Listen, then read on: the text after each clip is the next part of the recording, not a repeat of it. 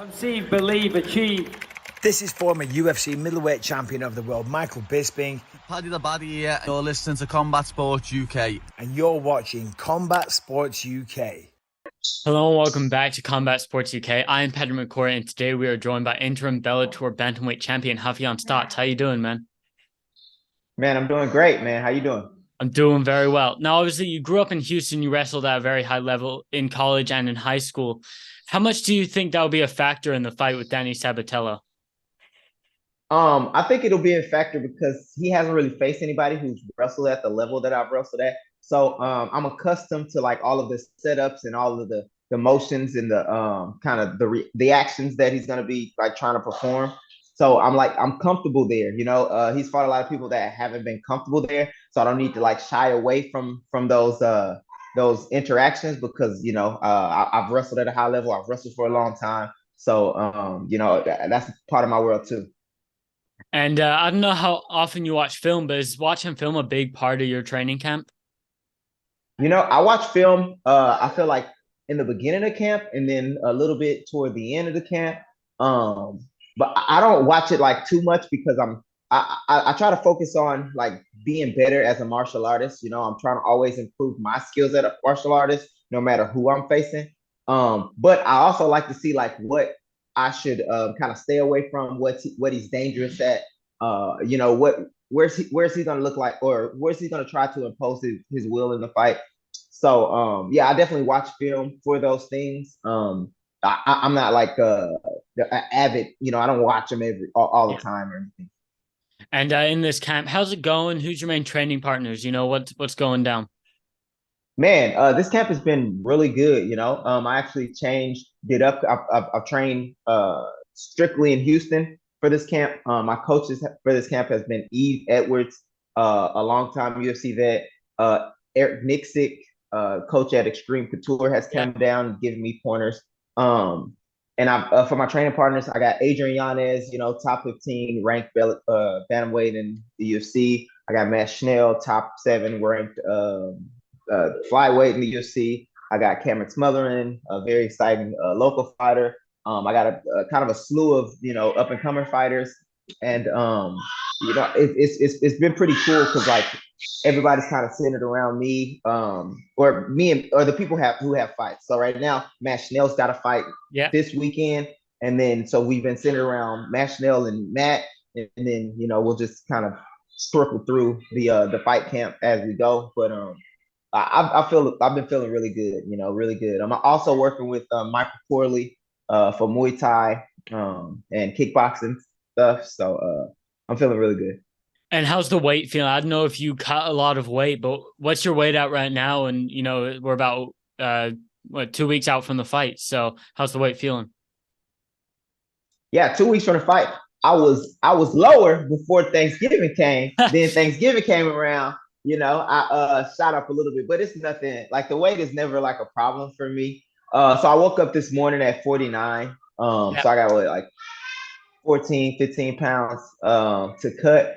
But again, you know, this is the weekend. I'm gonna probably get down to around like 40, 48, 47 before the fight week. And then you know, it'll be an easy cut, you know, easy money. And obviously it's difficult being in camp over things like Thanksgiving. So did you allow yourself to, you know, kind of be fat for one day at Thanksgiving? Yeah. You know, I prepared for the Thanksgiving, kind of like I prepared for the fight, you know. No, I just did a little bit of extra work, you know, early that week, you know, because I knew I would indulge when Thanksgiving came, and I didn't indulge too much. I had one big plate though. I had a good solid plate to where I was full, you know, one solid meal of everything I could fit on the plate. And then that was about it. Or no, I went back for like a little bite of pie, or you know, but I stuck to like that one plate, so I was able to enjoy. I wasn't able to enjoy to the fullest, but I was able to enjoy, you know, hang with my family. We actually hosted Thanksgiving, so it was fun. And what's your favorite part of Thanksgiving? What's your favorite part of the meal? The stuffing all day. Right? That's the best. Yeah. I can eat stuffing all day, every day on Thanksgiving. I it's stuff that I put cranberry sauce in it. Sometimes I put a little gravy. Yeah, the stuffing. I've got a recommendation for you. My mom does it. So you make a ball Yeah. out of stuffing and you wrap it in bacon and put it in the oven. Oh, dude. Oh, Oh, dude, it's like incredible.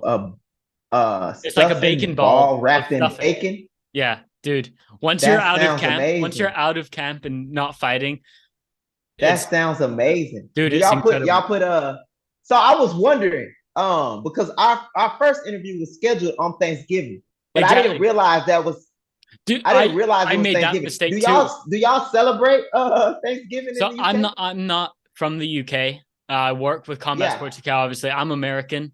So Okay. I live in Germany though, so we don't get that period of time off. So I did Thanksgiving dinner yesterday, and then so I completely Ah, forgot that you're obviously in America. You're celebrating it, and then I was like, okay, yeah. that's understandable why you didn't make the interview on Thursday. Yeah, I spaced it. I was like, I think I hit you up. Did I hit you up that day You or the did hit next me up, day? but I would have done it, but it was like just about midnight for me. So it was like, okay, my Yeah, parents are in okay. Yeah, bed, yeah, my yeah. little brother's in bed, so can't do it. So we For moved it sure. to now. Um, Moving Cool. on. Obviously, you had in your last fight, you won the belt, right? How good did it feel when Yeah. you landed that head kick? The ref pulled you off, and the emotion set in. What was that like? It was just like elation, man. I just felt like on top of the world. I felt like I had accomplished everything I had set out to do, especially for that fight. There was a lot of chips on the line. It's a lot of things, that would come from winning this fight. So I just felt like I did. It felt accomplished. And to be honest with you, I didn't even think about like the belt itself until like they wrapped it around my waist, and I was like, oh snap, I'm like the world champion now. Like I was happy about like how I persevered during the camp, during the fight, and get into the fight and perform, perform to what I thought was very good. I was down and I was able to, come back. I was proud of that, and then when the belt was wrapped around me, I was like, oh, and I'm a world champion. Like this is amazing. This is like the coolest thing ever. And obviously, the fight on the other side of the bracket, former opponent of yours, Magomed Magomedov versus Patchy Mix. How do you see that fight going? Man, I keep going back and forth, man. I feel like the Magomed has more tools and he could get the job done. But I have to agree with Patchy. Patchy is a dog and he's been finding ways to win these fights. He hasn't Yeah, been he fought up as of late. As of late, he's been fighting up. I feel like yeah. he's been rising to the occasion. I did not expect him to beat Horiguchi, so I've been going with Patchy lately, just off of his recent fights. And yeah, man, I feel like he's kind of embraced that villain role of taking on the fan favorites. Obviously, you're one of the fan favorites he could potentially be taking on. How do you see a fight going with either, obviously, a former opponent of Yeah. yours in Magomed or with Patchy? How do you see those fights going?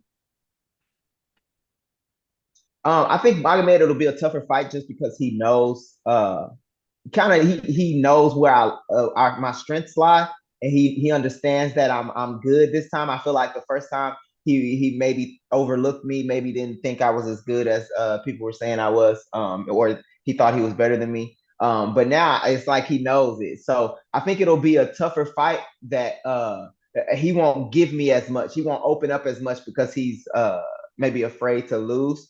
But yeah, I think it'll be a tougher fight. I think I'm gonna win. Obviously, I think I'm better, and I don't think anybody can touch me right now. But a fight with Patchy Mix, I feel like it go one or two ways. I feel like I could go out there and have a flawless victory and finish him early, or he could be like a not like talking crap, but he could be like a booger, hard to get off, and it'd be like a grueling 5 minute kind of war, of like me establishing space, landing shots, and keeping them off my back. But we'll see. And is there anything new the fans can expect in this fight with Sabatello? Obviously, it's a different kind of opponent in terms of Archuleta. Now Sabatello is kind of like that Colby Covington style of that mauling wrestling, right? So is there anything new that we can expect that we haven't seen in previous fights? I mean, people just gonna appreciate, my takedown defense, appreciate, just me as a whole being able to take out a guy like Sabatello, and I think people are going to be impressed by the way I do it and how dominant I am, not to say like I feel like a lot of people kind of know that I'm better than this guy, but I don't think people kind of get the scope of how good. Like I'm literally good everywhere. There's not a place to fight goes that I'm not comfortable being in. So I'm excited for everyone to get to see that. And how cool is it to see your face and your name on this poster, right? You look at around all social media, you look at the arena, your face and your name is plastered on these things. How cool is it to see that? I was just looking, I think the other day, I think it's just like surreal, if people know me and know where I come from, how hard I work, what I'm sacrificing to be here. It's just like super rewarding and super cool. Even like the little things like Bellator just recently like tagged me in their bio, and I'm like, man, like I'm like the kind of the I'm still there. Yeah, I'm like what you're representing. Yeah. I'm what you're representing, and I'm proud of that. Yeah, especially coming from where I coming from where I come from. Yeah, I'm happy and proud. And can we get an official prediction for the Sabatello fight? Yeah, I say TKO.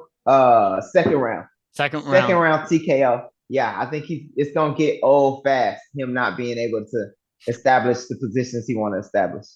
And if you beat Sabatello and you beat the winner of Pechimix Magomedov, the $1 million, right? That it looks beautiful. What's the first thing you'll buy with that million?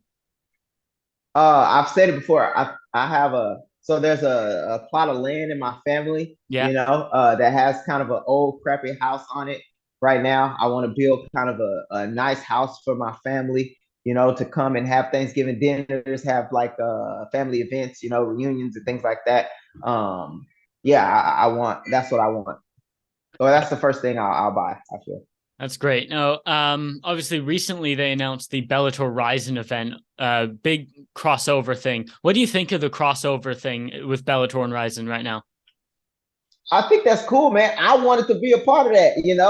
Obviously, I got bigger and better things going on right now. But and best of luck to all those Bellator guys. I think that's amazing, and that's ballsy from both organizations. You know what I'm saying? To put their stars on the line against someone across the world or on a different side of the world. So yeah, that's a super ballsy thing to do. And it's super exciting. Like this is the fights people want to see, and they're putting them on. So kudos to Bellator, kudos to Rizin for doing that.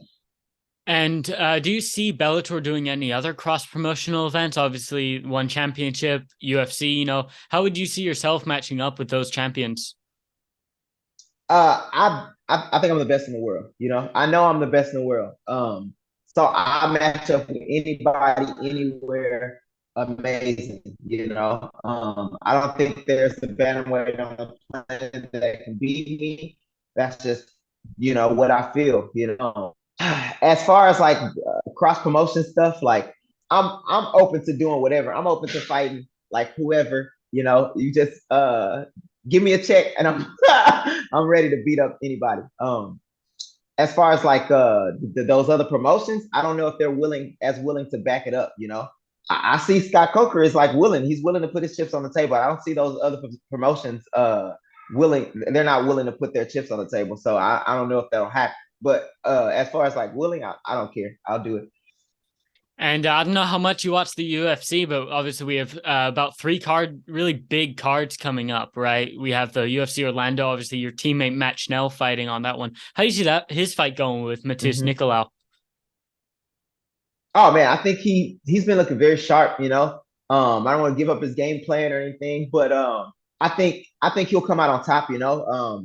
He's been looking strong, feeling sharp. I feel like his headspace is in a very good place. He's a dominant dog. But he's also like he's one of the grittiest fighters I know as far as like he's never out. You know what I mean? Yeah. Even I mean, you in the could see last that in fight, the he had the last fight, most right? Yeah. exciting. yeah, the last fight, it's like this guy, even when you think he's like, oh, all the chips are stacked against him, he's in there fighting, and it's something he said before, he's lost at every level, but he's also 7 in the world now because he keeps fighting, he's still there, and that's something I admire about him, and I definitely I'm rooting for him, and I think he'll go all the way. I don't think Nikolai has what it takes. And before we get out of here, do you want to shout out your social media or any merchandise that you have?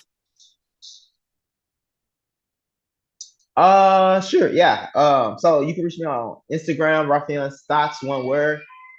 There on Instagram, there's a link in my bio. What is that called? The link tree. And then I Yeah. got my Super Stots headbands, if you want to support.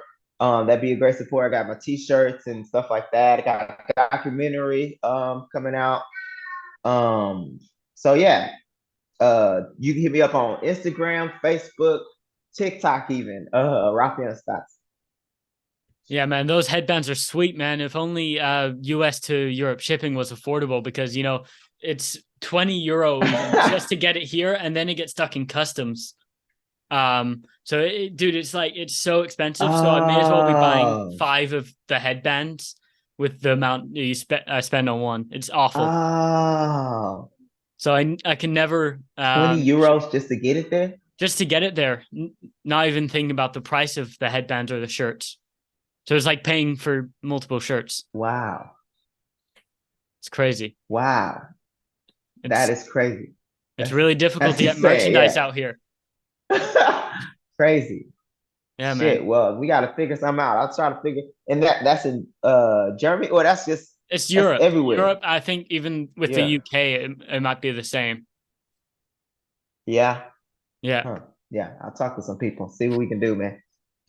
Thank you so much for joining us on the show and have a great night, man. Yeah, no problem, man. Thank you. Thanks for Have a having good me. one.